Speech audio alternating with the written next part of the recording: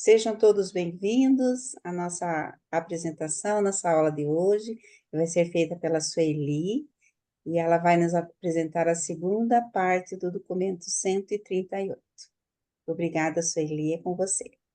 Obrigada. Obrigada, pessoal, por todos estarem aqui. Vamos começar, então, com uma oração e depois eu entro na apresentação, tá bom?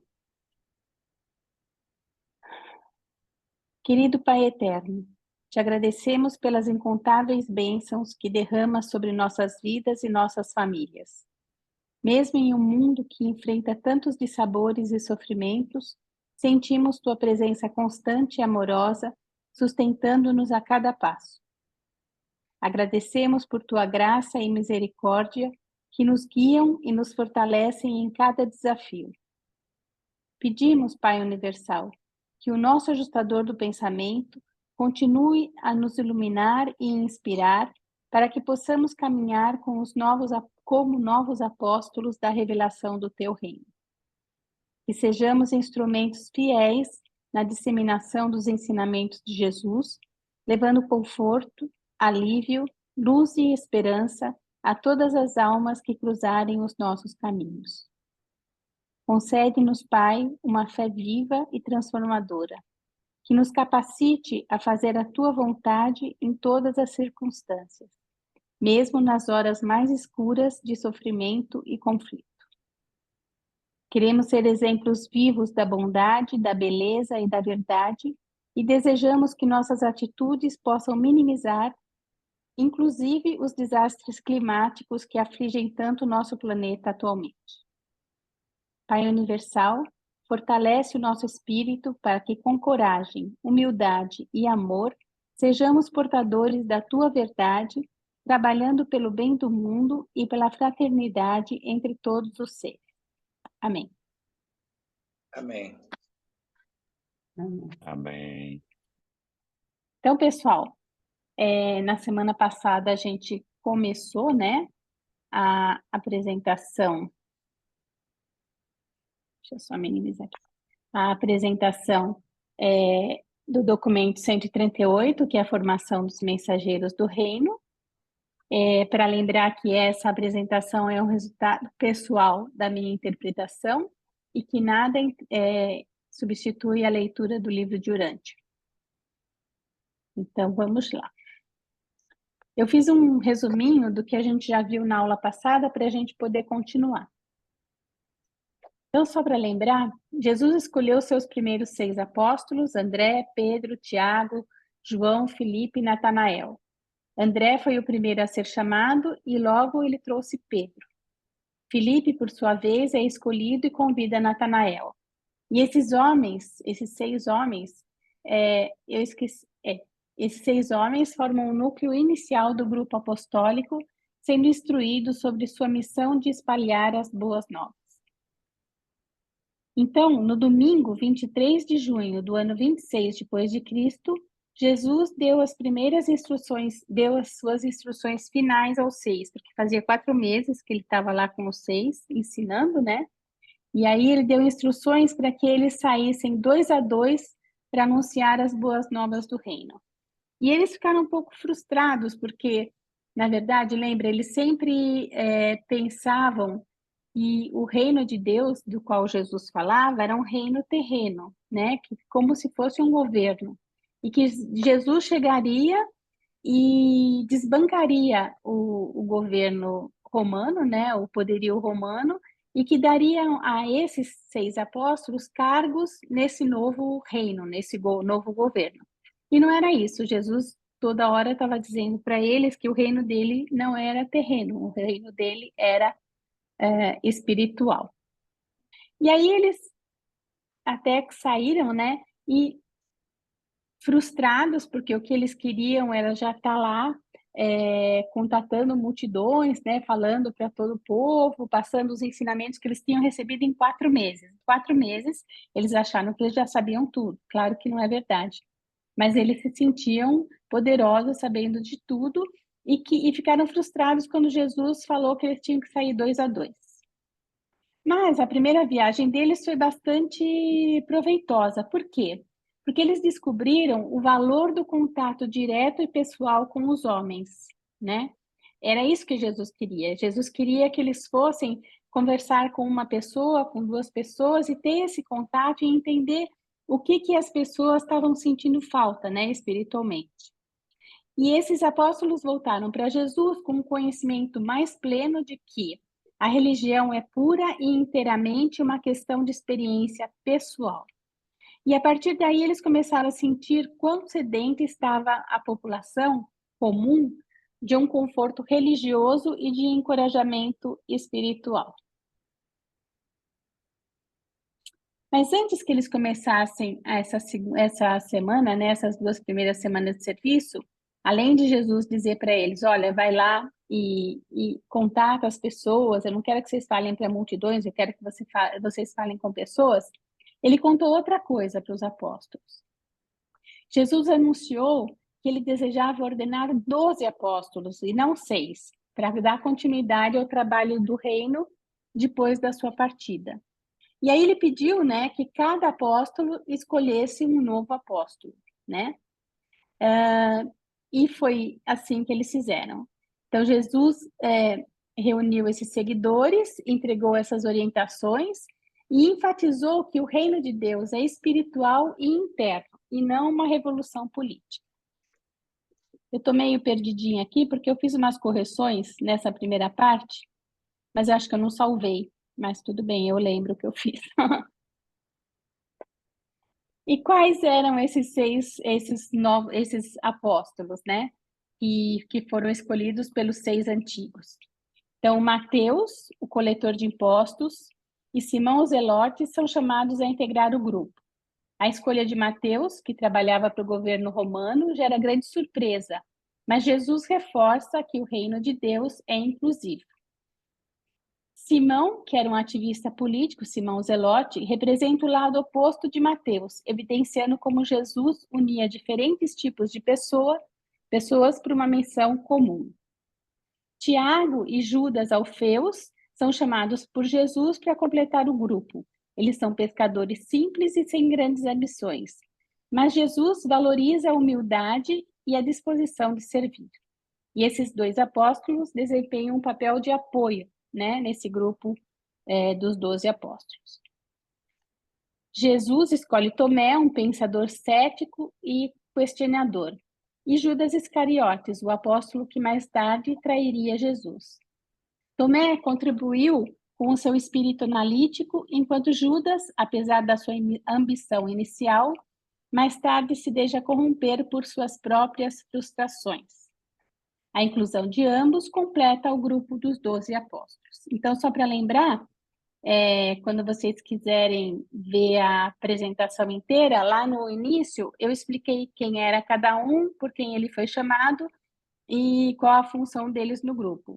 E na próxima aula, na próxima quarta-feira, o Neemias vai estar detalhando cada apóstolo, né? Porque o documento 139 vai estar falando de cada um dos 12 apóstolos com todos os detalhes. Por isso que eu não quis me alongar mais aqui. Depois teve também a semana de lições intensivas. O que foi isso? Jesus passou uma semana de treinamento intensivo com os 12 apóstolos em Betsaida, ensinando-os a trabalhar juntos e a lidar com os desafios futuros. Ele instruiu esses 12 apóstolos sobre o trabalho do reino de Deus e sobre a vida de serviço, explicando que o seu caminho será cheio de dificuldades, mas que a verdade e o amor devem ser seus guias.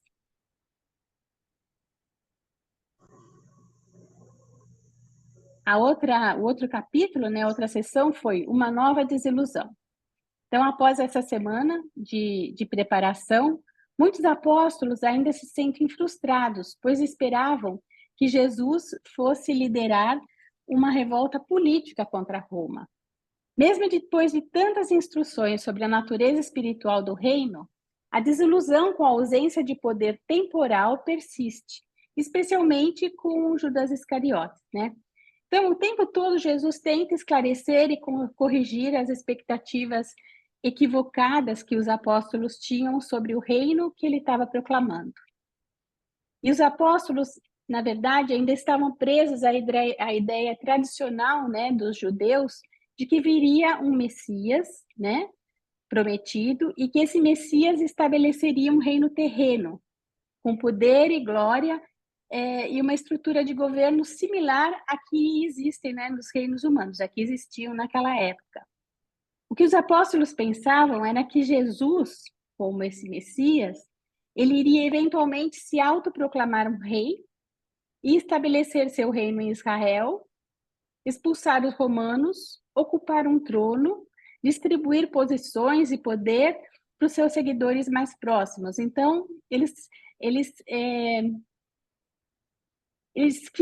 se sentiam que deveriam ser privilegiados nesse governo, né?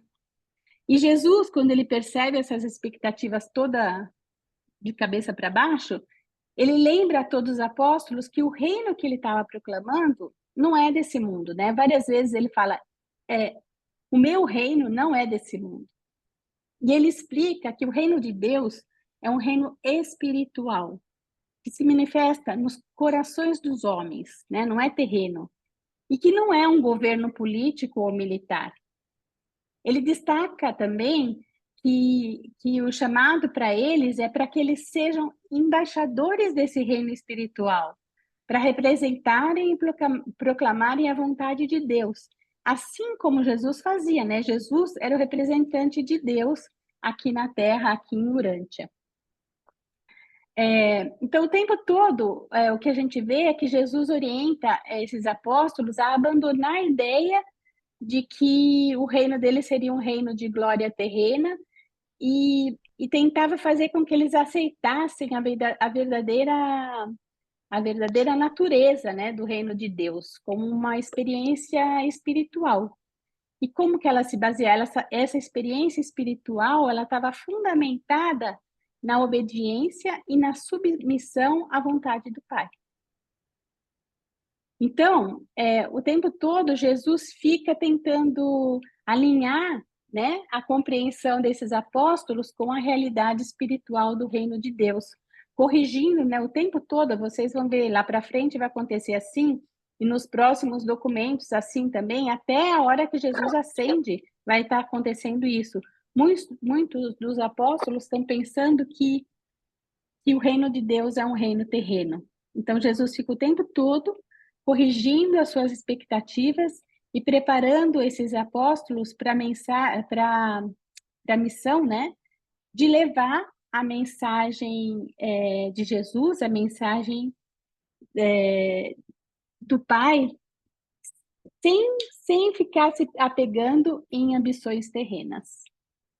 Então, por isso, o tempo todo existe assim, os apóstolos ficam eufóricos, e aí Jesus coloca para eles o que é o reino de Deus, o que ele está esperando desses apóstolos, e eles parece que levam um banho de água fria, e depois acontece um outro evento, eles ficam felizes, e depois Jesus coloca eles de volta com o pé no chão, e eles ficam desapontados novamente. Então, até a morte de Jesus, isso acontece muitas vezes. E esses eventos, então, mostram a formação gradual do grupo apostólico e as primeiras tensões entre as suas expectativas e os ensinamentos espirituais de Jesus. Também descreve como Jesus selecionou e preparou os 12 apóstolos para a missão de proclamar as boas novas do reino de Deus. Então, o que Jesus fez? Jesus escolheu homens de diferentes origens e personalidades, enfatizando a importância da diversidade e da unidade em sua missão. Ele forneceu um treinamento prático e espiritual intensivo, destacando a necessidade de humildade, de serviço e de entendimento do reino de Deus como uma experiência espiritual interna e não como um governo terreno. Então, agora a gente vai entrar, né, onde eu tinha parado, que era na seção 8, que fala sobre o primeiro trabalho dos 12. Então, depois de vender o fruto da pesca de 2 semanas, só uma coisinha aqui, eu esqueci de falar. o que os apóstolos faziam também era assim, eles trabalhavam por 2 semanas pescando, né? E depois eles trabalhavam 2 semanas pregando, disseminando o reino de Deus. Então, depois de vender o fruto da pesca de 2 semanas, Judas Iscariotes, que foi o escolhido para atuar como tesoureiro dos 12, dividiu os fundos apostólicos em 6 partes iguais e depois de tirados os fundos para as famílias dependentes, depois de ter tirado os fundos para as famílias dependentes. Acho que tem alguém com o microfone aberto. E então, perto do meio de agosto, no ano 26 depois de Cristo, eles saíram 2 a 2 na direção dos campos de trabalho designados por André. Nas 2 primeiras semanas, Jesus esteve com André e Pedro. Nas 2 semanas seguintes, com Tiago e João. E assim por diante, com as outras duplas na ordem da escolha deles. Desse modo, ele era capaz de sair ao menos uma vez com cada dupla, antes de reuni-los para o começo dos trabalhos públicos dele. Então, olha o privilégio, né? Jesus estava com os 12, né? E quando eles saíam para pescar, Jesus estava também com as duplas, né? Então, assim, era uma oportunidade muito grande para esses apóstolos para ouvirem Jesus, e não só ouvirem Jesus, mas para participar, né? Para ver como é que Jesus atuava, o que ele fazia, qual era o jeitinho dele. Então, isso é uma coisa, né, sem preço. Jesus ensinou-lhes a pregar o perdão dos pecados pela fé em Deus, sem penitência ou sacrifício. E ensinou que o Pai dos céus ama todos os seus filhos com o mesmo amor eterno. Então, Jesus estava ensinando uma visão revolucionária sobre o perdão dos pecados. Por quê? Porque naquela época, todas as religiões, né, elas tinham muitos rituais que envolviam penitências, sacrifícios, tudo isso para alcançar o perdão divino. Porém, Jesus ele veio para trazer uma nova compreensão, afirmando que o perdão era concedido pela fé em Deus. Então, você não precisava fazer jejum, você não precisava fazer penitência, você não precisava fazer sacrifício, você precisava o quê? Para entrar no reino de Deus e para obter o seu perdão. Você só precisava ter fé em Deus. Para Jesus não eram necessários atos externos, né, como sacrifícios. A simples confiança no amor e na misericórdia de Deus era suficiente. E esse ensinamento revelava a natureza generosa e incondicional do nosso Pai, que amava todos os seus filhos igualmente, não fazia acepção de pessoas. E isso também incomodava bastante os sacerdotes que pregavam exatamente o contrário. Mas Jesus, ele explicava que ao invés de tentar ganhar o perdão por meio de sacrifícios, né, as pessoas deveriam confiar plenamente no amor de Deus, sabendo que, como um pai amoroso, ele perdoa por meio de uma fé sincera. E Jesus pediu, né, que os apóstolos, nessas pregações, que eles se abstivessem de discutir 3 assuntos. Quais são eles? Ele pediu que eles se abstivessem de discutir sobre a obra e o aprisionamento de João Batista. Por quê? Porque Jesus sabia que João Batista vinha desempenhado, né, um papel bastante importante, mas ele queria que os seus apóstolos focassem na mensagem do reino de Deus e não nos acontecimentos ao redor de João Batista. Se eles fossem discutir o aprisionamento de João Batista, isso poderia trazer perigos, né? Poderia irritar Herodes e todos os sacerdotes, poderia gerar distrações e até mesmo debates políticos desnecessários com as autoridades, desviando a atenção da missão de Jesus. E a missão de Jesus, a gente sabe, ela era espiritual, né? Não política. A segunda coisa que Jesus pediu que os apóstolos se abstivessem de discutir era sobre a voz surgida durante o batismo. E o que Jesus falou? Jesus falou assim: apenas aqueles que ouviram a voz podem referir-se a ela. Falai apenas daquilo que você ouviu de mim, não façais discursos sobre rumores. Então, a gente sabe que quando Jesus foi batizado, né, lá no Jordão, o ajustador dele foi lá até a Divinity e voltou e dizendo: esse é o meu filho amado, em quem muito me comprazo. E Jesus, João Batista, Tiago e Judá, Tiago, irmão de Jesus, e Judá, irmão de Jesus, que estavam ali também perto, eles ouviram essa voz. Então, só os 4. Ninguém mais tinha ouvido.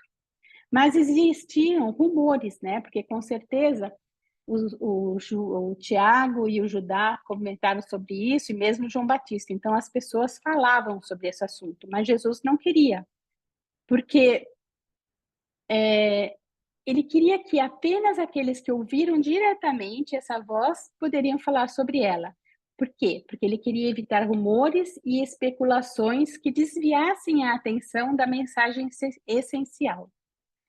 Jesus considerou essa voz ouvida no batismo como uma experiência pessoal, compreendida plenamente apenas por aqueles que ouviram, por aqueles 4 que ouviram a mensagem.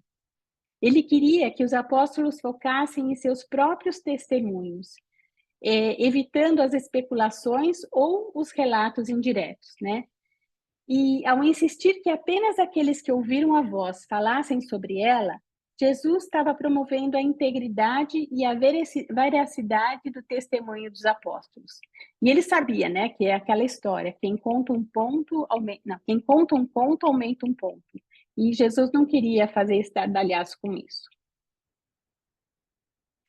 E a terceira coisa, né, que Jesus pediu que eles não discutissem era sobre a conversão da água em vinho em Caná. Jesus os admoestou seriamente, dizendo: não reveleis a nenhum homem a respeito da água e do vinho. Por quê? Porque a transformação da água em vinho lá em Caná, embora tenha sido o primeiro milagre público de Jesus, Jesus não queria que essa história fosse compartilhada, porque ele não queria construir o seu reino, né? Disseminar o evangelho em cima de milagres. Ele não queria que a sua missão fosse baseada, né, em atos sensacionalistas, mas sim na transformação espiritual que a sua mensagem traria.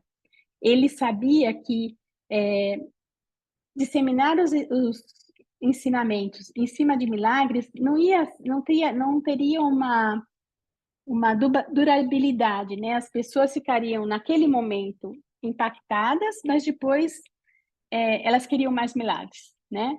A gente percebeu isso várias vezes. Então, ele enfatizava que o seu papel não era realizar prodígios para impressionar pessoas, mas sim mostrar o caminho para uma relação mais profunda de Deus, com Deus, né? E Jesus era o caminho. Outra coisa, essas instruções que Jesus deu, né, aos seus apóstolos, serviam para quê? Serviam para manter o foco na mensagem espiritual do reino de Deus e não nas circunstâncias externas ou nos eventos milagrosos que eventualmente aconteciam. Jesus queria evitar que a sua missão se tornasse um espetáculo, né? Ou fosse distorcida por maus entendidos. Então, acho que o objetivo de Jesus era centralizar a sua mensagem no amor do Pai, na fé genuína e na filiação dos homens, né? Na irmandade dos homens. Tem hora que trava. E os apóstolos passaram momentos maravilhosos durante esses 5 ou 6 meses, nos quais trabalharam como pescadores alternadamente a cada 2 semanas, fazendo assim economias para sustentarem-se no campo durante as 2 semanas seguintes, enquanto eles estavam no seu trabalho missionário do reino. Então, lembra, eles trabalhavam 2 semanas pescando, e depois, nas 2 semanas seguintes, eles iam fazer o seu trabalho missionário.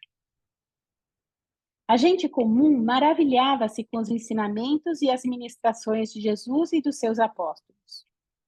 Os rabinos há muito haviam ensinado aos judeus que o ignorante não poderia ser pio nem virtuoso.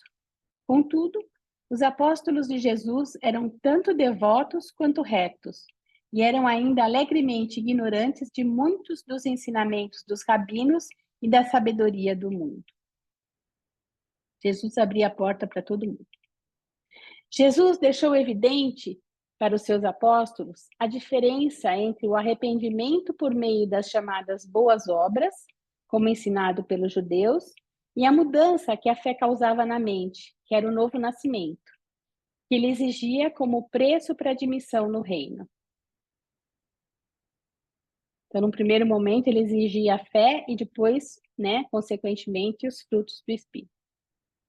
Ele ensinou aos seus apóstolos que a fé é a única coisa necessária para se entrar no reino do Pai. João havia ensinado a eles o arrependimento, João Batista, para escapar da ira que virá. Ele falava, arrependei-vos para escapar da ira que virá. Já Jesus, o que ele ensinava? Ele ensinava a fé como sendo a porta aberta para a entrada no amor presente, perfeito e eterno de Deus. Jesus não falava como um profeta, como um que vem para declarar a palavra de Deus. Ele parecia falar de si próprio como alguém que tem autoridade, e ele tinha, né? Jesus buscava que eles desviassem os seus pensamentos da necessidade de milagres, fazendo com que a mente deles se voltasse para a busca de uma experiência real e pessoal de satisfação e segurança vinda do Espírito de Deus, que reside neles, no seu amor e na sua graça salvadora. Os discípulos cedo aprenderam que o mestre era possuído de um profundo respeito e de uma consideração compassiva para todo ser humano que ele conhecia. E eles ficavam imensamente comovidos por essa consideração única e invariável que Jesus tinha de modo tão consistente para com todas as espécies de homens, mulheres e crianças. Então, ele fala uma coisa, os reveladores contam uma coisa bastante interessante, né? Falar que ele parava no meio de um discurso profundo para ir até a estrada e dar alento a uma mulher que passava carregando a sua pesada carga de corpo e de alma. Que ele interrompia uma conferência séria com seus apóstolos para se confraternizar com uma criança que vinha lá chamar por ele. Que nada nunca parecia tão importante para Jesus quanto o indivíduo humano que chegava à sua presença imediata. Ele era o mestre e o instrutor, mas era mais. Ele era também um amigo e um semelhante próximo, um camarada compreensivo. Jesus era muito humano, né? Muito perfeito. Se bem que os ensinamentos públicos de Jesus consistissem principalmente em parábolas e discursos curtos, invariavelmente ele ensinava aos seus apóstolos por meio de perguntas e respostas. Ele se interromperia sempre para responder a perguntas sinceras durante os seus discursos públicos mais recentes. E aí, em algum momento, acho que no próximo documento ou no outro, eles contam assim que Jesus até gostava das perguntas inocentes, porque fazia com que todo mundo se sentisse à vontade de perguntar. Não tinha pergunta inteligente, não tinha pergunta certa ou errada. Todo mundo tinha o direito de perguntar e Jesus responderia a todos com o mesmo carinho, com o mesmo amor, com a mesma disposição. E os apóstolos chocaram-se no início, mas claramente se acostumaram ao tratamento que Jesus dava às mulheres, sempre deixando bastante claro para todos que as mulheres deveriam merecer direitos iguais aos homens no reino. Porque lá, entre os judeus, né, e entre muitos povos do Oriente também, as mulheres não tinham nenhum valor, né? Inclusive, por exemplo, na sinagoga, elas não ficavam nos mesmos locais que os homens, né? Elas ficavam retiradas à parte. Então, e Jesus colocava todo mundo junto, né? Dava a elas o mesmo tratamento que dava aos apóstolos. E isso, embora no começo tenha chocado alguns, depois se tornou um hábito. A nona sessão fala dos 5 meses de provas. Esse período, um tanto monótono, de pescarias alternadas com trabalho pessoal, provou ser uma experiência estafante para os 12 apóstolos, mas eles resistiram ao teste. Apesar de todos os seus queixumes, dúvidas e insatisfações passageiras, eles permaneceram fiéis aos seus votos de devoção e lealdade ao Mestre. E foi a união pessoal com Jesus durante esses meses de testes que fez com que eles o amassem tanto e que eles todos, exceto Judas Iscariotes, permanecessem leais e fiéis a ele, mesmo nas horas tenebrosas do seu julgamento e crucificação. Homens verdadeiros não podiam simplesmente abandonar de fato um mestre venerado que havia vivido tão perto deles e tinha sido tão devotado a eles quanto Jesus. Então, esse período, né, de treinamento, né, que Jesus deu aos apóstolos, nesses 5 meses, nos quais 2 semanas eles iam pescar e nas outras 2 semanas eles faziam o seu trabalho pessoal, né, com o pessoal que vivia ali nas cercanias do Mar da Galileia, né, que eles não saíram daquela região, eles tinham um contato tão próximo com Jesus que eles passaram a amá-lo verdadeiramente, né? Eles tinham uma amizade, um amor por ele infinitos. Então, muitas vezes eles não entendiam o que Jesus estava falando, não entendiam o ensinamento que Jesus estava passando para eles, mas esse amor só crescia no coração deles, e por isso que eles foram tão leais e ficaram juntos até o final, exceto Judas. Durante as horas negras da morte do Mestre, nos corações desses apóstolos, toda a razão e o juízo e toda a lógica foram postos de lado, em deferência apenas a uma emoção humana extraordinária, o sentimento supremo de amizade e lealdade. Eu fico pensando, né, quando eu li pela primeira vez o livro de Urântia, a parte 4, eu costumava dizer o seguinte: eu sinto Jesus do meu lado. Parece que eu posso dar a mão para ele, parece que eu posso abraçar ele, parece que eu posso deitar no colo dele e chorar, né? Então, imagine esses apóstolos que tinham Jesus com toda essa personalidade maravilhosa que ele era, né? Do lado deles, tão próximos, sentindo o amor de Jesus por eles, né? É claro que esse sentimento de amizade e lealdade só ia crescer, que esse sentimento de amor só ia transbordar, né? Esses 5 meses de trabalho com Jesus levaram esses apóstolos, cada um deles, a considerá-lo como seu melhor amigo que tiveram em todo o mundo. E esse sentimento humano, não os seus magníficos ensinamentos, nem os seus feitos maravilhosos, os manteve juntos até depois da ressurreição e na renovação da proclamação do Evangelho do Reino. E esses meses de trabalho tranquilo não apenas representaram um grande teste para os apóstolos, um teste ao qual eles sobreviveram, mas o período sem atividade pública foi uma grande provação para a família de Jesus. Na época em que Jesus estava se preparando para deslanchar o seu trabalho público, a sua família inteira, exceto Ruth, que era a irmã mais nova dele, havia praticamente se desertado dele. Apenas em algumas ocasiões posteriores intentaram fazer contato com Jesus, e ainda assim o fizeram para persuadi-lo a voltar para casa com eles, pois chegaram quase a acreditar que Jesus estava fora de si. Simplesmente eles não conseguiam penetrar a sua filosofia nem entender os seus ensinamentos. Tudo aquilo era demais para os da sua própria carne e sangue. Então, a gente fica pensando, né, por que isso, né? Porque a família se afastou de Jesus, porque as expectativas deles também estavam absolutamente incorretas, né?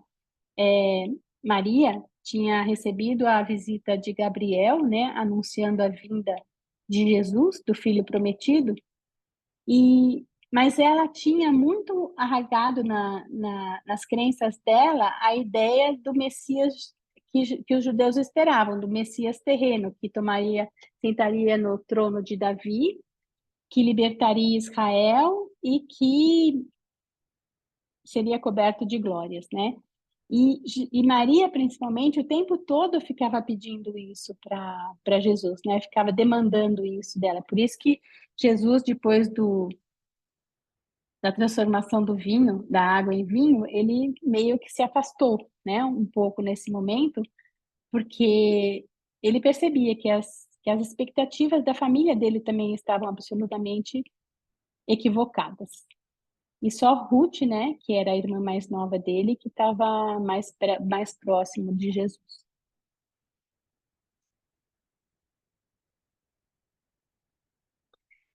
Então, como eu havia dito, nesses 5 meses, até comecinho de janeiro, eles ficaram trabalhando aqui nas cercanias do mar da Galileia, né? Então, os apóstolos prosseguiram o seu trabalho em Cafarnaum, que fica bem aqui, Betsaida Júlias, Corazim, Gerasa, Ipos, Magdala, Caná, Belém da Galileia, Jotapata, Ramá, também chamado Ramote Gileade ou Giscala. Não, Giscala é depois. Ramote Gileade, Safé, Giscala, que está aqui. Gadara, que está aqui embaixo. E Abila. Então, eles ficaram trabalhando, eles pescavam 2 semanas e depois continuavam trabalhando nessas cidades aqui, né? Nas cercanias do Mar da Galileia. Além dessas cidades, eles trabalharam também em muitas aldeias, bem como pelo interior e no campo. E ao fim desse período, os 12 haviam elaborado planos bastante satisfatórios para cuidar das suas respectivas famílias. A maioria dos apóstolos era de casados, alguns possuíam vários filhos, mas eles tinham feito arranjos tais para o sustento daqueles que estavam nos seus lares, que com um pouco de assistência dos fundos apostólicos, eles podiam devotar todas as suas energias ao trabalho do mestre, sem ter que se preocupar com o bem-estar financeiro das suas famílias. Então, além de eles terem, né, feito arranjos para o sustento deles, lembre-se que Mateus fazia coleta de fundos, né, para os apóstolos, entregava esses fundos para Judas Iscariotes, que dividia e auxiliava as famílias quando elas precisavam. Então, eles tinham uma retaguarda, né, financeira que os ajudava, que permitia que eles pudessem ficar fora muito tempo longe de casa, porque a família deles estaria assistida. E, por fim, a organização dos 12. Então, inicialmente, os apóstolos organizaram-se da seguinte maneira. André, o primeiro apóstolo a ser escolhido, havia sido designado como dirigente e líder geral dos 12. Pedro, Tiago e João foram apontados como os acompanhantes pessoais de Jesus. Eles deviam assisti-lo dia e noite, ministrando quanto às suas necessidades gerais e físicas, tanto quanto o acompanhamento naquelas vigílias noturnas de oração e de comunhão misteriosa com o Pai nos céus. Então, Jesus chegou para André e falou: André, eu quero que você seja o dirigente e líder dos 12 apóstolos. E, além disso, eu também queria que você elencasse três apóstolos para que esses ficassem mais próximos de mim, né? Então, quando eu for orar, quando eu for fazer minhas vigílias noturnas, quando eu for sair, eu quero esses 3 junto de mim. André, dentro dele, falou, eu queria estar nessa posição, né? Eu queria ser escolhido para estar ao lado de Jesus 24 horas por dia. Mas ele já tinha sido designado, né, por Jesus para ser o dirigente e líder dos 12 apóstolos. Então, o que ele fez? Ele chamou Pedro, Simão Pedro, que é o irmão dele, Tiago e João Zebedeu, que eram amigos de longa data de Jesus, né, desde que Jesus trabalhou na construção de barcos na oficina de Zebedeu, que era o pai de Tiago e João. Então, Tiago e João eram sócios de André e Pedro no negócio de peixes dele, né, de pescaria. Então, eles quatro se conheciam bastante e André, então, designou Pedro, Tiago e João para serem os acompanhantes pessoais de Jesus. Filipe foi nomeado intendente do grupo. O que era isso? O dever de Filipe era de promover comida e cuidar para que os visitantes, e às vezes até mesmo uma multidão de ouvintes, tivessem sempre algo para comer. Então, ele que cuidava dessa parte. Natanael cuidava das necessidades das famílias dos 12. Ele recebia informações regulares quanto às necessidades da família de cada apóstolo, e fazendo requisições a Judas, que era o tesoureiro, ele enviaria fundos toda semana para aqueles que necessitavam, para aquelas famílias que necessitavam. Mateus, que era o coletor de impostos, né, e agora era o gestor dos recursos do corpo apostólico. O que significava isso? Ele que conseguia doações, principalmente entre os publicanos, que eram os outros coletores de impostos, ou as pessoas abastadas que pudessem fazer doações, né, para esse trabalho de Jesus. Então, o seu dever era cuidar para que o orçamento permanecesse sempre equilibrado e a tesouraria abastecida. Se não entrassem os fundos para a sustentação de todos eles, se não fossem recebidas doações suficientes para manter o grupo, Mateus tinha o poder de ordenar aos 12 que retornassem para prover as necessidades durante um certo tempo. Isso, entretanto, nunca se fez necessário depois que eles começaram o seu trabalho público. Sempre havia fundos suficientes nas mãos do tesoureiro para financiar as suas atividades. E tem uma outra coisa que os reveladores contam. Mateus era bastante rico, né? Então, muitas vezes, ele tinha que sair para pedir doações, né? Para angariar fundos. Mas ele sabia que Jesus ia fazer uma palestra muito importante, ou que ia dar, né, um ensinamento importante, e ele queria participar disso.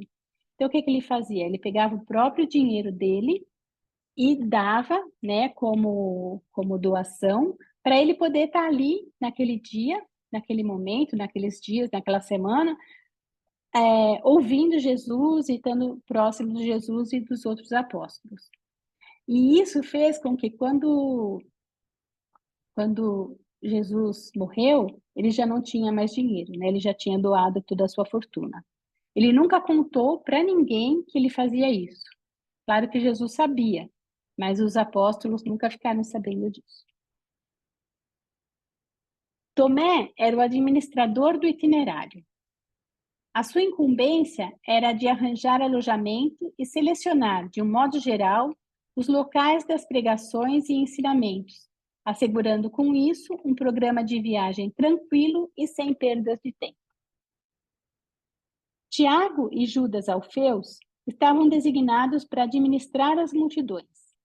A tarefa deles era designar um número suficiente de monitores assistentes, de modo que fosse possível manter a ordem mesmo entre as multidões durante a pregação. Então, eles organizavam, né, as multidões. E Simão Zelote foi dado o encargo da recreação e das diversões. Lembra que lá na frente a gente falou que Jesus designou um dia de descanso para os apóstolos, que foi a quarta-feira. Nesse dia, eles não faziam nenhuma atividade, nem pescaria, nem pregação, e Jesus fala, vai fazer o que você gosta, se divertir, e Simão Zelote é que era encarregado da recreação e das diversões. Ele preparava o programa das quartas-feiras e também procurava prover umas poucas horas de descanso e diversão a cada dia. E Judas Iscariotes foi apontado como tesoureiro. Ele carregava a bolsa de dinheiro, pagava as despesas e mantinha os livros. Fazia estimativas de orçamentos para Mateus, semanalmente, e também elaborava os relatórios semanais para André. Judas pagava as despesas de acordo com a autorização de André. Então, esses perfis mostram a diversidade de personalidades e origem entre os apóstolos, cada um trazendo uma contribuição única para a missão de Jesus. E essa diversidade reflete a universalidade da mensagem de Jesus, que abrange todos os tipos de pessoa, independente de suas qualidades, posição social, raça ou cor. Desse modo, os 12 funcionaram desde o início da sua organização até a época em que a reorganização se fez necessária com a deserção de Judas, o traidor. O mestre e os seus discípulos apóstolos seguiram desse modo simples até domingo, 12 de janeiro do ano 27 depois de Cristo, quando Jesus os reuniu e formalmente os ordenou como embaixadores do reino e pregadores das suas boas novas. E logo depois estavam todos prontos e partiram para Jerusalém e para a Judéia na primeira viagem de pregação pública. Havia acabado, então, o treinamento pessoal, né? E eles partiram, então, para a primeira viagem de pregação pública. Então, de tudo isso que a gente leu, né, e estudou nesse documento 138, a gente pode concluir algumas coisas. Que Jesus apresentou o reino de Deus como uma realidade espiritual, enfatizando que o reino não é um império terreno, mas uma condição interior de fé e compromisso com a vontade de Deus. Ele ensinou que o reino de Deus está dentro de cada pessoa, acessível a todos que buscam viver de acordo com a verdade, o amor e a justiça divina. Os primeiros discípulos aprenderam que a missão de Jesus era de revelar o amor de Deus e anunciar a vinda do reino, revelar a paternidade de Deus e a irmandade dos homens. E eles entenderam que seguir Jesus significava uma transformação pessoal, uma entrega total à vontade de Deus e o compromisso de compartilhar essa mensagem de esperança e salvação com todos. As escolhas de Jesus, como chamar indivíduos simples e comuns, e seus ensinamentos iniciais, moldaram os discípulos para serem humildes, compassivos e profundamente dedicados ao serviço. Eles desenvolveram uma fé firme e uma compreensão crescente do verdadeiro propósito de suas vidas, que era servir ao reino de Deus e ajudar a difundir a mensagem de Jesus. A convocação dos primeiros discípulos ou dos primeiros apóstolos mostra que o chamado espiritual é universal e não depende de qualidades externas, como riqueza ou status. Todos são chamados a seguir Jesus independentemente das suas origens. Lembra a diversidade que existia entre os apóstolos? O chamado é para viver em comunhão com Deus e servir ao próximo com coragem e fidelidade. Jesus escolheu os 12 apóstolos por suas qualidades de caráter, simplicidade, diversidade de experiências e capacidade de crescimento espiritual. Cada apóstolo tinha um papel único a desempenhar, o que nos ensina que a diversidade de talentos e personalidades é essencial para o cumprimento de uma missão espiritual. Essa escolha mostra que o nosso Pai pode usar qualquer um com qualquer passado para cumprir os seus propósitos. Lembra, em algum momento a gente leu que essa auto-outorga, né, essa 7ª auto-outorga de Jesus, ela não era só para aqui, para Urântia. Ela era para todos os planetas, né? Todo o universo, todo o Nébadon. E em cada universo existiam pessoas assim também. Então, quando os gêmeos Alfeus foram escolhidos, e eles eram bastante simplórios, né? Jesus disse que ele queria essa simplicidade, né, de pessoa, de personalidade, Porque nos vastos reinos dele existiam pessoas assim também, né? Então, todo tipo de pessoa é bem-vinda. O treinamento dos apóstolos enfatizou o serviço abnegado, a confiança em Deus e o amor ao próximo. E a gente pode aplicar isso hoje em dia em nossa jornada espiritual, buscando servir aos outros sem esperar recompensas, confiando na providência divina, mantendo uma fé viva, amando nossos irmãos, se não todos hoje, ao menos um a mais a cada dia. Lá na frente tem um documento em que Jesus fala exatamente isso. Tem que amar todos os seus irmãos.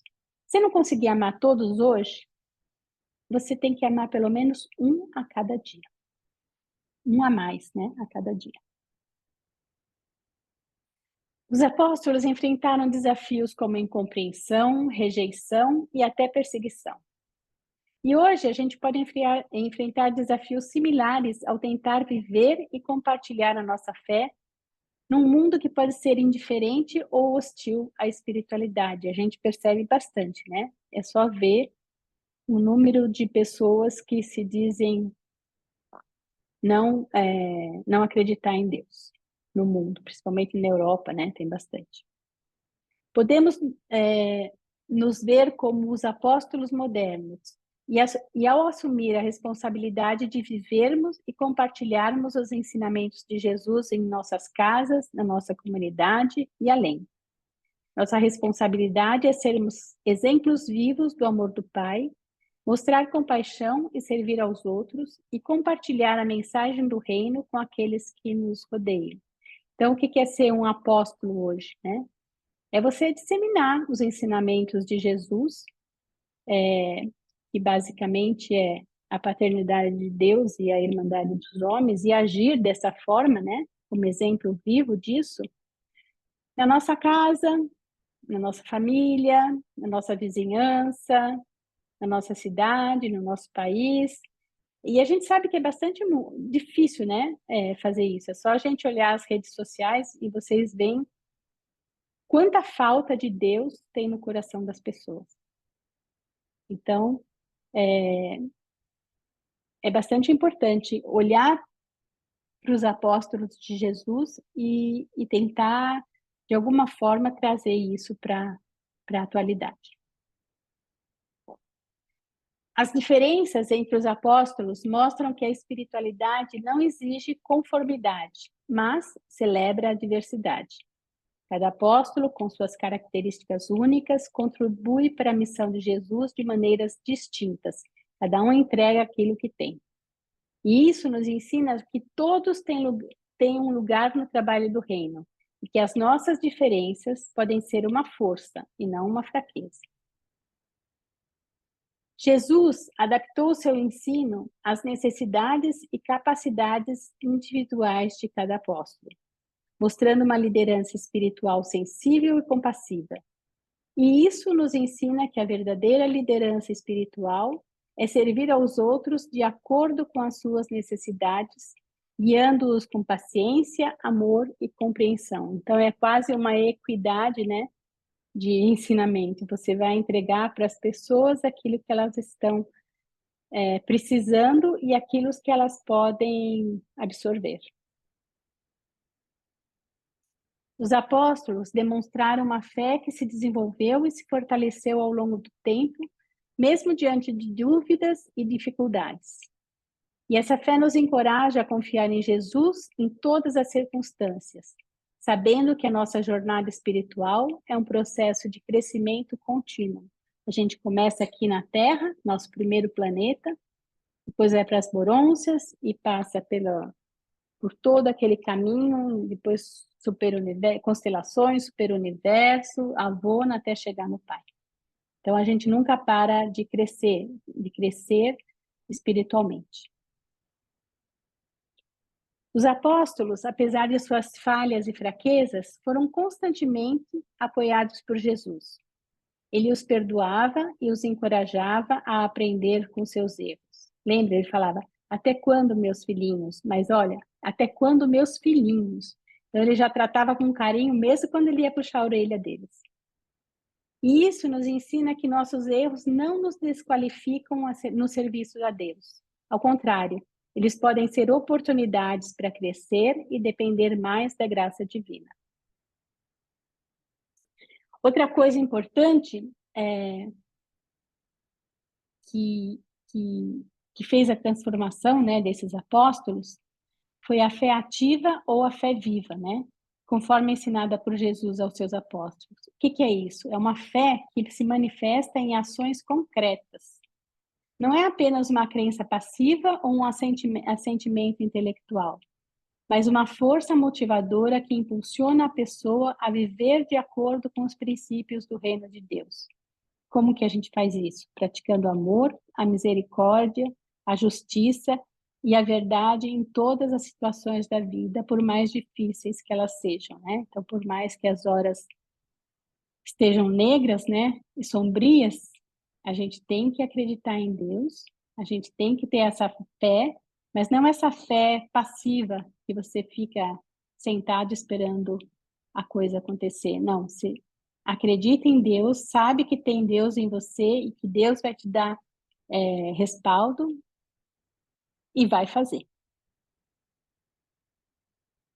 Essa fé leva a uma transformação pessoal, onde o indivíduo busca constantemente alinhar suas atitudes e comportamentos aos ensinamentos de Jesus. Os apóstolos deveriam ser agentes de mudança, trazendo os valores do reino de Deus para as comunidades onde viviam e serviam. Esses apóstolos foram até um pouco libertadores, né? Porque os judeus, eles estavam acostumados com todo aquele ritual, né, judaico, com todo aquele peso daquela religião, né, que acreditava em Yahvé, um Deus rancoroso, um Deus que castigava, e eles iam trazer para as pessoas o ensinamento de Jesus, que era: não, meu pai é um pai de amor. E ele não é só o meu pai, ele é o seu pai também. E se ele é seu pai, nós todos somos irmãos, né? E é muito mais legal a gente viver em família. Jesus esperava que a fé fosse marcada por coragem e iniciativa. Os apóstolos deveriam ser proativos em compartilhar a mensagem do reino, sem esperar que as oportunidades surgissem por si mesmas, mas criando oportunidades com base na fé que tinham em Deus e na missão dada por Jesus. É aquilo que eu falei, que não é para ficar sentado esperando cair do céu. E aí, eu vou interromper o compartilhamento para ver se alguém tem alguma pergunta, e aí depois eu queria fazer um exercício com vocês. Alguém quer falar alguma coisa? Alguém tem alguma pergunta? Falar Acho que... assim, boa noite. Opa. Desculpa, era a Lília que ia falar primeiro, desculpa. Pode Não, ser pode você. falar, Fernando, pode falar. Oi, Fernando, que bom ver você aqui. Que prazer em estar com vocês de novo, viu? Obrigado, Muito viu? bom mesmo, muito bom. Chegar depois de algum tempo e encontrar a Sueli, né? Compartilhando com a gente a sua sabedoria. Não, eu só estou saudando a vocês, né, depois de algum tempo, né, afastado, mas estamos de volta. Eu estou aqui com um exemplar novinho do livro Durante para presentear amanhã para um amigo que é pastor da Assembleia de Deus, né, ele está muito interessado no meu livro, eu falo muito do livro para ele, e ele é pastor há muitos anos, né, do Pará, e nas preces de vocês, né, diário, lembrem dele, o Anderson, pastor Anderson, né, Uhum, que o livro possa chegar em boa hora na vida dele, né. Abraço a amém. todos, e tamo junto. Obrigada, Fernando. Alguém quer perguntar alguma coisa, colocar alguma coisa? Então, eu quero pontuar duas coisas. Primeiro, no 138:8:2, você, sobre os rumores, né, que Jesus, porque às vezes os apóstolos poderiam ir em algum lugar e começar a ouvir falar, olha aí, fala, né, sobre, Uhum, ouvimos falar e tal, e Jesus deixou bem certo, né, olha, vocês vão e falem sobre a mensagem, não sobre os rumores que vocês encontram por aí, que vocês ouvem por aí sobre isso, sobre aquilo, sobre João Batista. Eu achei bem legal, né? Ele deixar esses 3 pontos, ele deixou assim bem Bastante. certinho para eles irem e falar, né? E a outra coisa foi no 811, no 811, sobre o direito das mulheres. Porque, olha, o direito das mulheres somente no século, nesse século, né? No Uhum, século XXI, que o pessoal está, vamos dizer assim, mais atento a isso. Começou no século XX, com, vamos dizer assim, as mulheres indo atrás dos seus direitos, tendo que, né, dizer, olha, nós também temos direito a isso. Direito ao voto. No século exato. XX, as mulheres não tinham direito a voto. Imagina, então só agora que muitas, e ainda assim existem mulheres, principalmente do Oriente Médio, né, que Uhum, não são ainda vistas como iguais, como iguais no sentido dos mesmos direitos. E Jesus já falava isso, né? há dois E mil eu anos. acho que no Evangelho não é dada tanto ênfase, acho que não é dado nenhum ênfase, né? A essa Uhum, questão que Jesus valorizava. Tanto que as 12 discípulas, né, que as 12 apóstolas lá, a gente nem ouviu falar que existiu essas 12 apóstolas que elas também trabalharam. Então é uhum, muito assim inovador essa parte quando Jesus fala, principalmente para nós mulheres, né, Sueli? É uma coisa assim uhum. muito legal de ver no livro de Urântia e o quanto que quando o livro de Urântia for conhecido por todos, isso vai ser uma revolução para os direitos das mulheres que ainda não os têm no mundo, né? É Isso verdade, aí, com certeza. obrigada. Obrigada a você. Aélio? Parabéns, Sueli. Você, de fato, é muito didática. Gostei. Gostei especialmente da conclusão, em que você elencou alguns pontos que a gente passa despercebido simplesmente lendo o texto. Mas, Vamos lá. para não perder o costume, podia pôr 8.8 na tela, Sim, só um minutinho. por favor. Deixa eu só ver onde que é 8.8.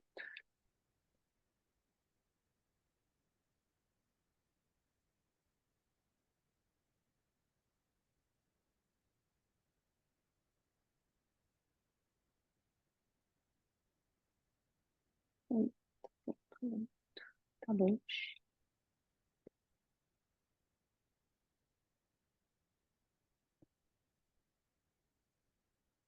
8.8, você falou, né? Sim.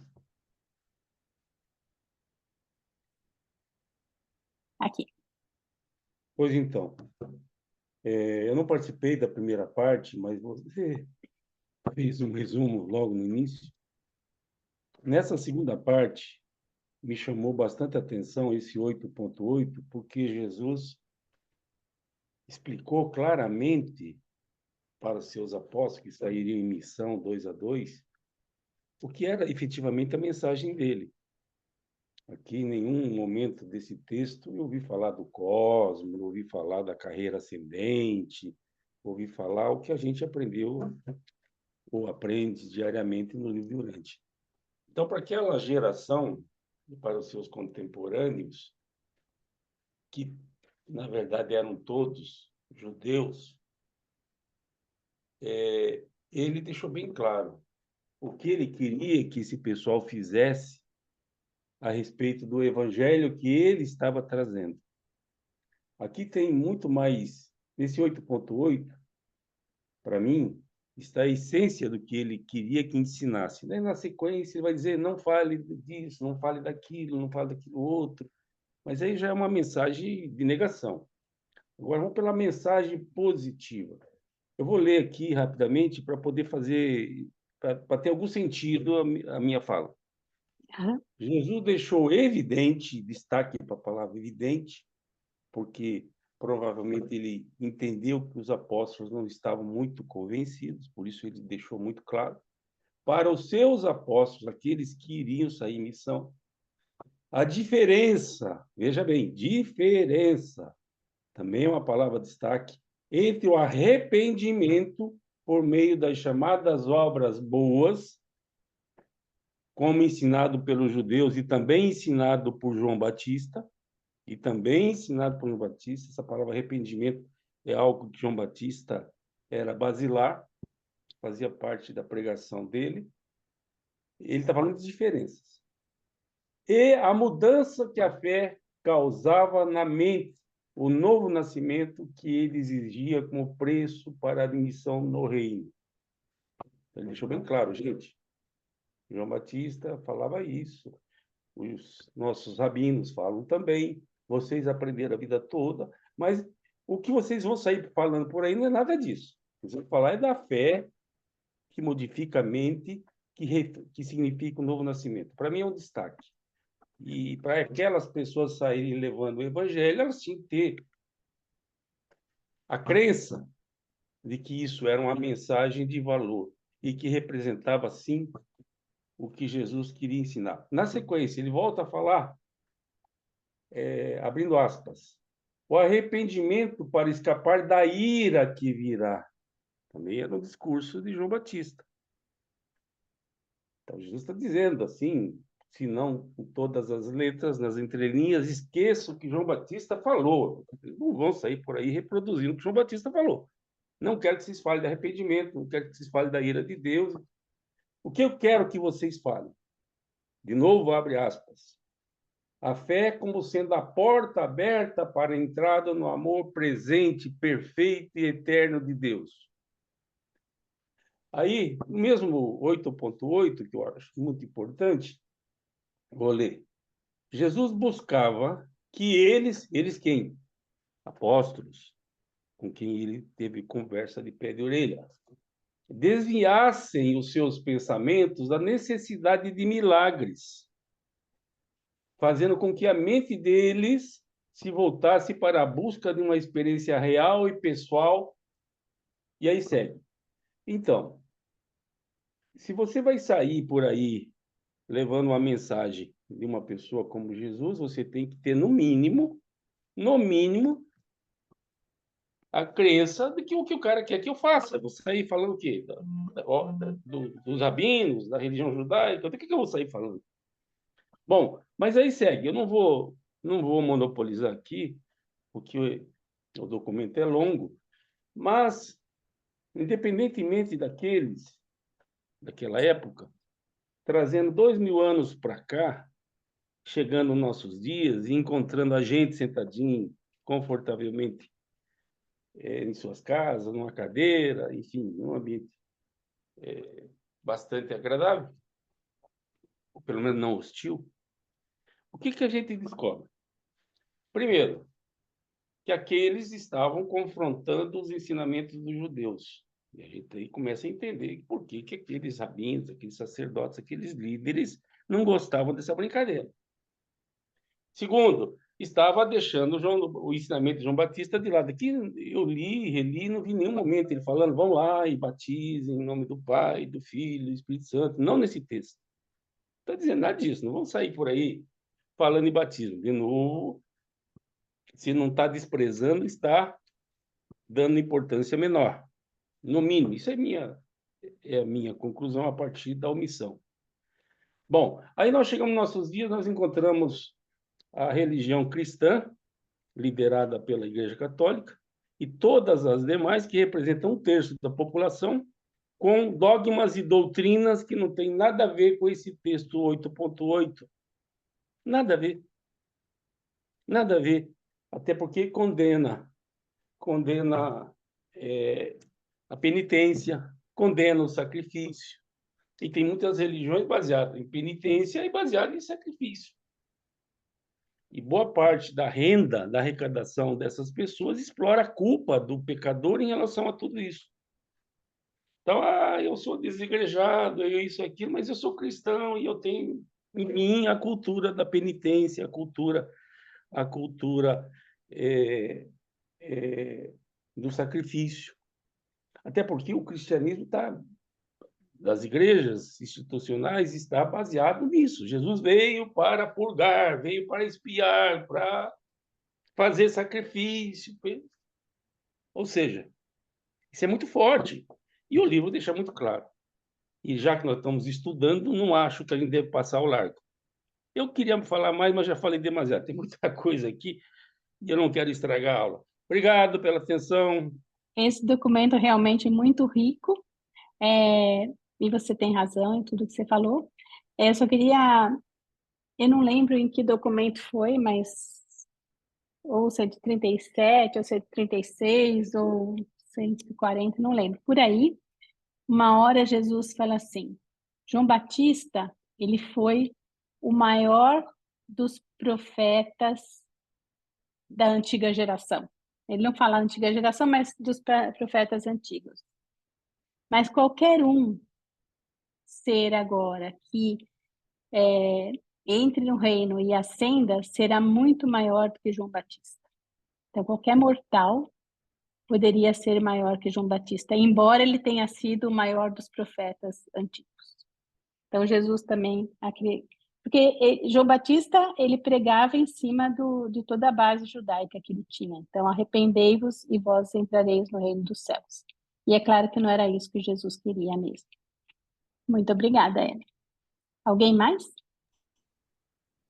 Sueli, só para enfatizar o que o Aélio disse, né?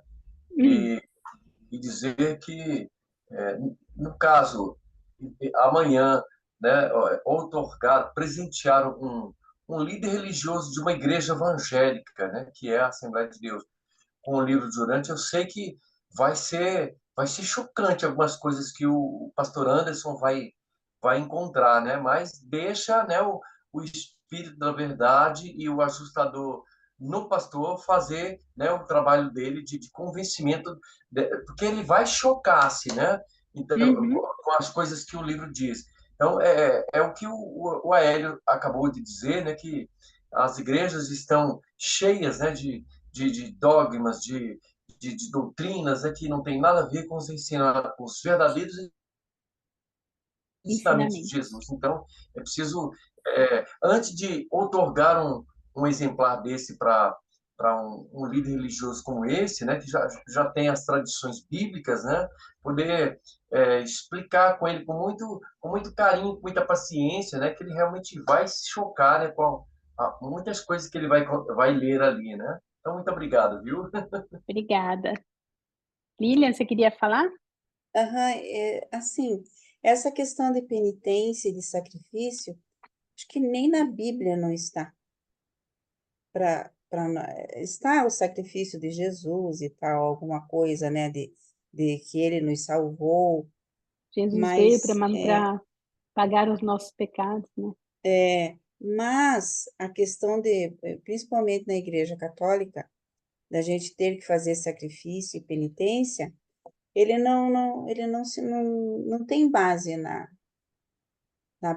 própria Bíblia, né? Uhum. Quando você vai ver assim. Então, eu acho, viu, Fernando, que esse pastor, acho que ele vai, na realidade, vai confirmar o que a Bíblia fala, né, com relação a isso. Mas tem um negócio, eles falam também de uma tal de purificação com o sangue de Jesus. Isso também não é ensinamento de Jesus. Ele vai se chocar com isso também, né? Quando ele se deparar com esse ensinamento da revelação, né, Lívia? Mas pode ser que abra os olhos dele e confirme aquilo que ele já desconfiava, né? É verdade. Isso aí. Mais alguém, pessoal? Eu queria fazer mais uma coisinha ainda, se vocês permitirem.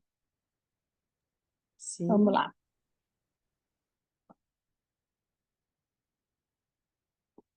Agora eu vou ter que andar rapidinho.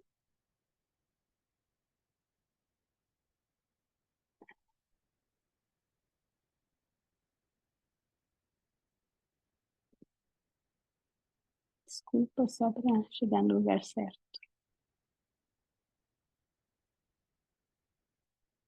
Então, eu queria fazer só um exercício de reflexão com vocês, tá?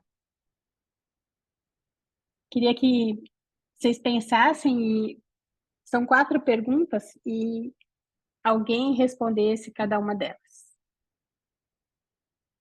Como os ensinamentos e exemplos de Jesus podem transformar a nossa vida diária e as nossas interações com os outros? Alguém quer responder? Posso. Pode. Que não tem certo e errado, é só a percepção de cada um. Olha, o grande exemplo que Jesus me traz, porque algumas vezes nós ficamos meio confusos sobre você conjugar a tua vida material, né, todas as necessidades que você tem que suprir, cumprir e atender aqui, com também com essa escalada na vida espiritual. Então, em algumas vezes, dependendo do momento da tua vida, conjugar esses dois valores se mostra assim difícil. Mas a vida de Jesus, os ensinamentos de Jesus, eles mostram que não. Eles mostram que é perfeitamente possível que você cumpra com o que há para ser cumprido aqui e, ao mesmo tempo, você continue, né? Continue avivando essa orientação que hoje o Salvador traz para você. Então, a mim, o grande exemplo de Jesus é esse. E em matéria de interação, então nem se fala, né? Porque essa graciosidade que há na conduta de Jesus com todos os demais é alguma coisa assim de louvável, e isso a gente tem como exemplo. Então, é, facilita por demais você lembrar que é apenas mais um dia, né? É apenas mais uma alma, é apenas mais um irmão que você tem que levar a, a palavra. Isso aí. Obrigada. Alguém quer falar mais alguma coisa ou posso passar para a próxima? Porque depois vai ficar aqui e aí vocês, se quiserem ver, também podem. A Hélio quer falar? Sim. Também Então gostaria. fale. Então, essa reflexão é boa, porque tem pessoas, eu conheço pessoas, muitas pessoas que eu reputo boas, que fazem escolhas boas e procuram ser reconhecidos como tais, fazem boas obras, e não tem Jesus como modelo. Tem a lei, tem, tem as biografias, tem outros humanos, enfim. Não tem Jesus efetivamente como referência. As igrejas, inclusive, muitas já são marianas, falam mais de Maria, das virtudes de Maria, porque Maria é isso, Maria é aquilo, o santo A, o santo B, o santo C, enfim. E por mais que sejam exemplos bons a serem seguidos, e não tenho nenhuma ressalva, a bem da verdade não é Jesus. Então, mesmo aqui nos ensinamentos do livro de Urântia, a gente, na tua conclusão, tem 11 tópicos lá, foram a tua compreensão do que Jesus falou, disse ou fez. Mas efetivamente não está no texto, mas é fácil de perceber. Ah, porque você não pode julgar, enfim. Basicamente não é literal, é uma compreensão positiva. Claro, é Então, pessoal, na verdade. hã? É Na pessoal, verdade, inclusive. no meu entendimento, Jesus devia ser sim o modelo, mas na prática não é não. Ainda que as virtudes dele são sem defeitos e seria o modelo ideal no nível de perfeição. Mas a gente chegar aí numa fração disso já está muito bom. Grato. Obrigada. Vou passar só para a segunda, só porque senão a gente não vai conseguir. Ou alguém quer falar? Sueli, só Oi. uma coisa. Em cima dessa reflexão, eu colocaria uma outra. Como coadunar os ensinamentos bíblicos, né, dos evangelhos, né, da Bíblia, né, com os ensinamentos do livro de Urântia hoje para colocar em prática, né, na nossa vida diária? Porque 2000 anos de ensinamento bíblico, né, para agora nós temos 70, quase 80 anos do livro de Urântia, né? Os ensinamentos que são bem diferentes daquilo que se aprendeu, né, durante séculos, milênios, né, 2000 anos de ensinamento da vida de Jesus. Como adaptar essa nova realidade dos ensinamentos de Jesus na vida diária, para não se não se assemelhar com aquilo que já se ensina, né, nas igrejas, né, de como o cristão deve viver, né, esse monte de regras e de ensinamentos, de doutrinas, né, como seria essa adaptação, né, com os ensinamentos de Jesus? É só uma reflexão, né, que a gente pode levantar em cima disso, né? Obrigado. Muito boa, Fernando, muito boa. Eu só vou ir para frente, porque senão a gente não vai conseguir terminar, tá bom? Então, vamos lá. Eu tinha tirado a minha conclusão. Eu não queria por isso. Então, a gente vai passar para a segunda. De que maneiras podemos aplicar as lições de liderança espiritual, serviço ao próximo e amor incondicional que Jesus ensinou aos apóstolos? De que maneiras a gente pode aplicar as lições de liderança espiritual, de serviço e amor incondicional que Jesus ensinou aos apóstolos? Não tem resposta certa ou errada, é pessoal isso, cada um absorveu alguma coisa e a resposta que ele der vai estar sempre correta. Vai ser a sua percepção, né?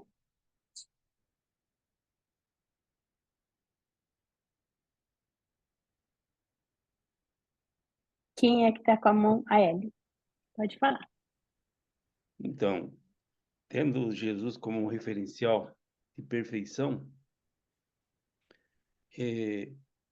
para mim, eu falar de mim, é muito difícil o conceito de amor incondicional. Então, a bem da verdade, é mais fácil você gostar de quem gosta de você e desprezar aqueles que não gostam de você. Você pode até gostar de uma pessoa e essa pessoa não gostar de você. O que você faz? Reciprocidade. Não gosta de mim, também não gosta de você. E pronto, é até uma proteção psicológica. Então, para mim é difícil seguir Jesus conforme a gente aprende no livro durante. É muito difícil. Eu acho que é uma idealização utópica, ilusória, salvo o Porque a gente é melhor, muito salvo o pequenininho melhor em juízo. relação, a gente é muito pequenininho em relação a Jesus. Então a gente vai fazer aquilo que a gente pode fazer. Então é mais ou menos aquilo que eu falei lá na frente. Amar a todos seus irmãos. É possível? É mais ou menos, é aquilo que você falou, né? Você ama mais aqueles que estão próximos de você. Mas se a gente amar um ser humano a mais a cada dia, já vai estar fazendo serviço, eu acho. Mas é a minha opinião. Lívia? Oi. Então, eu acho que a gente a cada dia a gente dá um passinho a mais, né? Você fala ali na liderança espiritual. E eu lembrei assim do quanto a gente deve orientar os filhos, né? Ou mesmo algum amigo, porque às vezes a pessoa está sofrendo e a gente diz, mas olha, que a pessoa não se lembre dessa parte espiritual, com que você está, né? Na comunhão com Deus, falar mesmo, né? Será que não está faltando isso na tua vida? Porque às vezes a pessoa está ali numa depressão ou coisa parecida, e a gente pode, lógico, tem depressões que são mais sérias, né? Não dizer numa tristeza, mas a gente pode dizer, tá faltando a comunhão com Deus, pode falar, por que não? Fala da comunhão de Deus, com Deus, dos ensinamentos de Jesus, né? Será que a gente está procurando viver os ensinamentos de Jesus, do amor, da caridade, né? Mesmo da alegria, porque Jesus era alegre, ele superava, ele Uhum. tinha as tristezas e ele superava essas tristezas e procurava.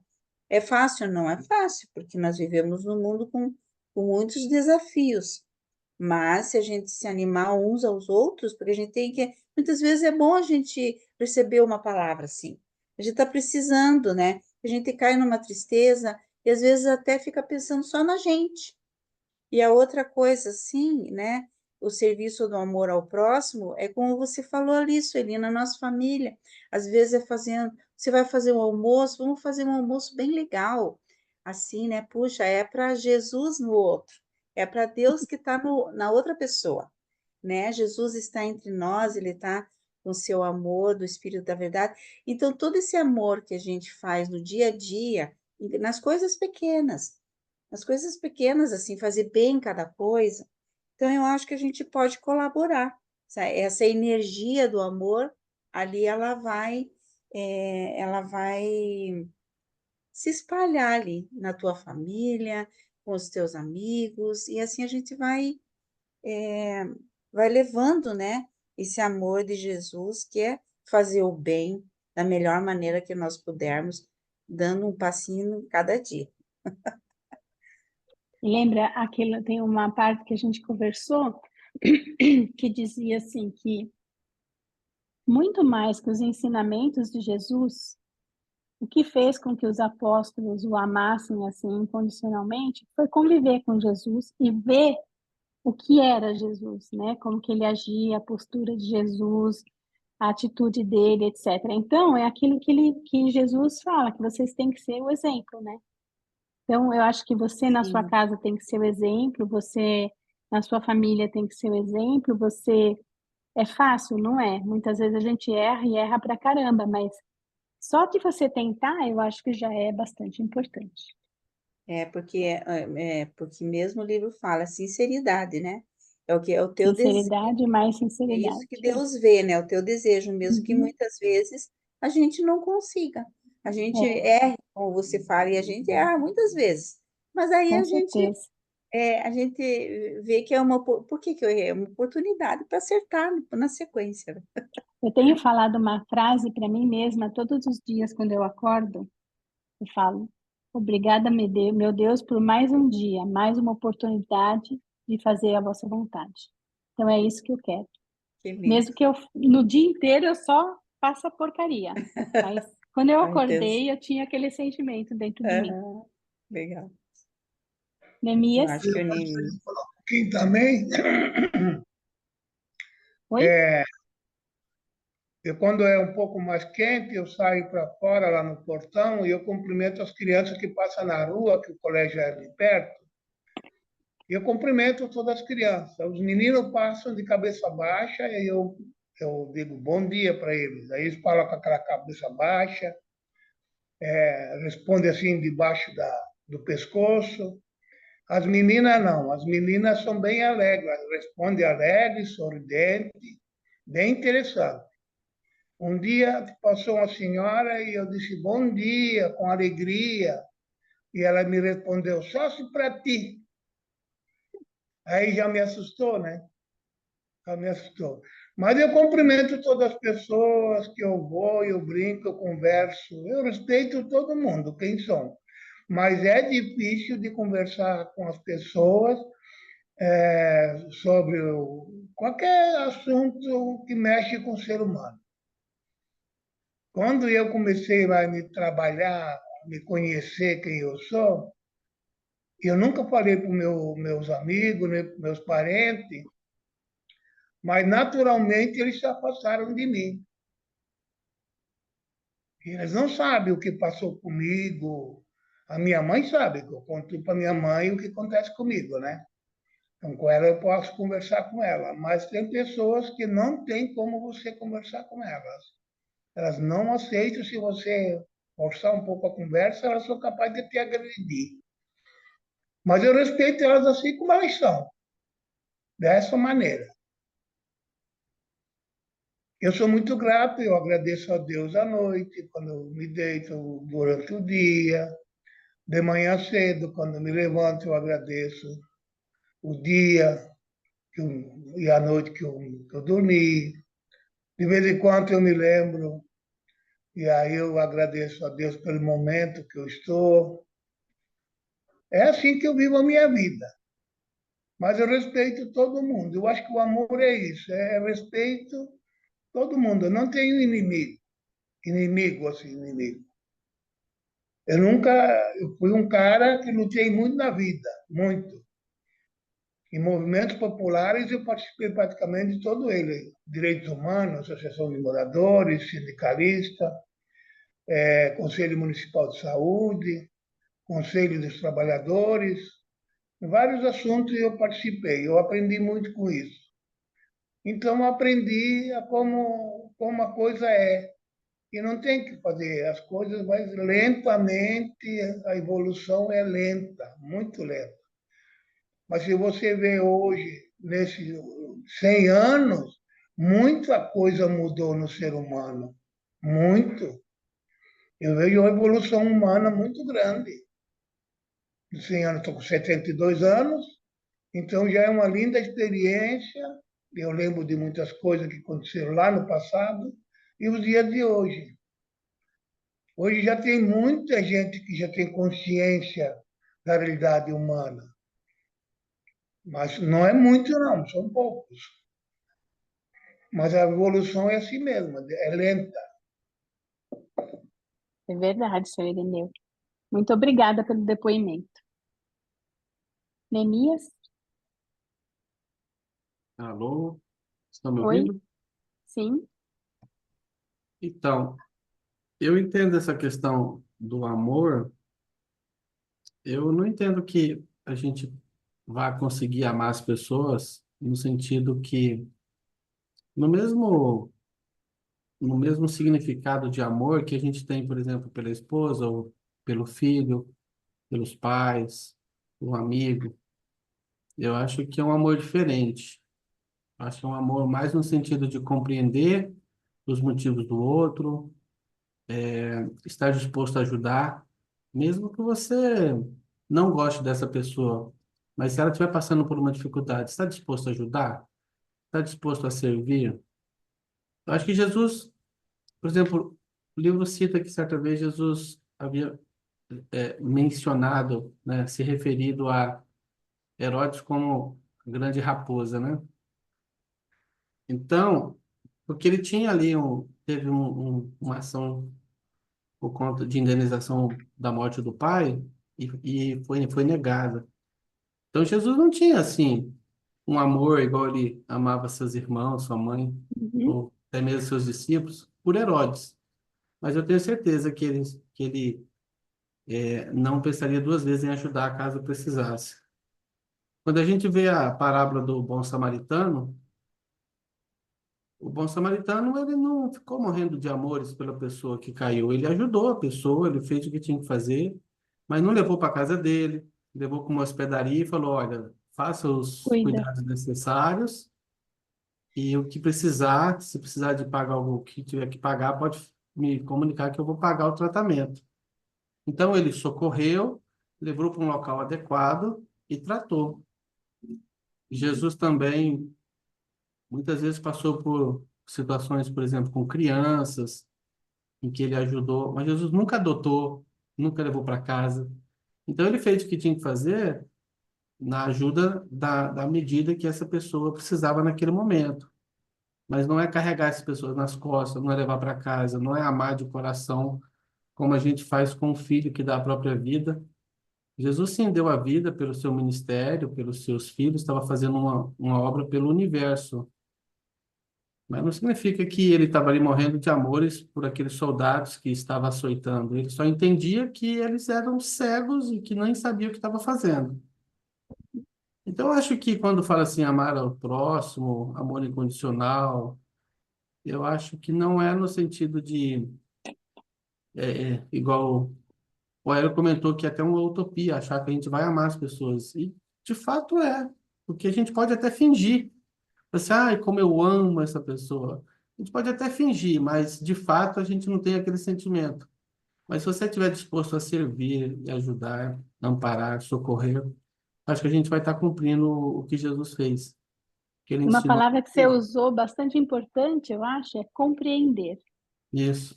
Quando você compreende o outro, né? Entende essa pessoa, entende seus motivos, Uhum, mais fácil amar essa pessoa, servir essa pessoa, né? uhum. Certo. Obrigada. Eu acho, pessoal, que eu vou deixar as outras duas aqui na apresentação, só por um motivo. acreditem se quiser, eu tenho que ir no aeroporto buscar meu filho que está chegando. Então, tem mais duas perguntinhas, duas reflexões, né? Eu tinha tirado, mas aí eu não salvei, então ficou aqui, não tem problema. Obrigada, nada substitui a leitura do livro durante. Então, depois, quando vocês quiserem entrar no site e ver de novo essa aula, se quiserem, e acessar o PowerPoint, tem bastante comentários que eu coloco, e tem também essas 4 reflexões que vocês podem fazer, tá bom? Então, agora tem Gratidão, que fazer. Sueli. Obrigada. Obrigado, Tem que Sueli. fazer o sorteio, né? Sim. Peraí, só um pouquinho. É eu, hein? É você? É eu. Como que chama sorteio?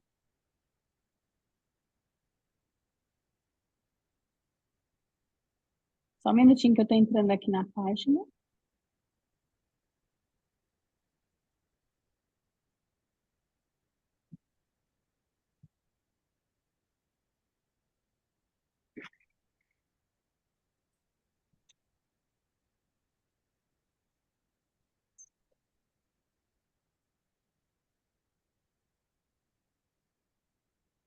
Não é esse.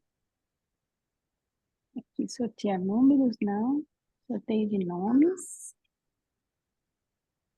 Alguém pode me falando os nomes, por favor?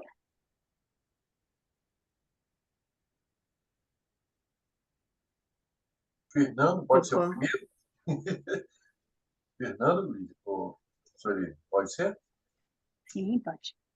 Lilian, você vai lendo para mim os nomes, Eu vou por favor? lendo. Neemias, Aham. Irineu, Fernanda já falou. Irineu, Maria Lanes. O meu pode deixar de fora, que eu já tenho lido. Tá, Tá. legal. O Aí dá Milton, oportunidade para outra pessoa. a Hélio, Bernadette. Deixa eu ver quem mais aqui. Leopoldo, Liane, Ludmila e Moacir. Será que eu esqueci de alguém?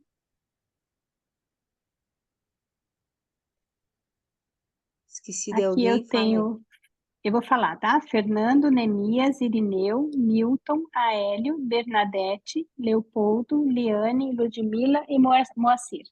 Isso. Você não, Lilian? Não, não. Tem que vir buscar o livro falando isso. Então vamos lá, minha gente. Espero ganhar, que aí o que eu tô... Liane. Parabéns, Liane. Parabéns, Liane. Oba! Oba! Eu já tenho até para quem dar.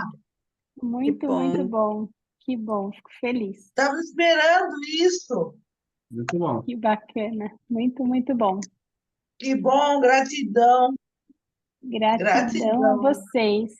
Gratidão Eu por estarem queria aqui. muito, já tenho até para quem dar. Que bom. Obrigada. Feliz. Obrigada. Depois você me passa o endereço.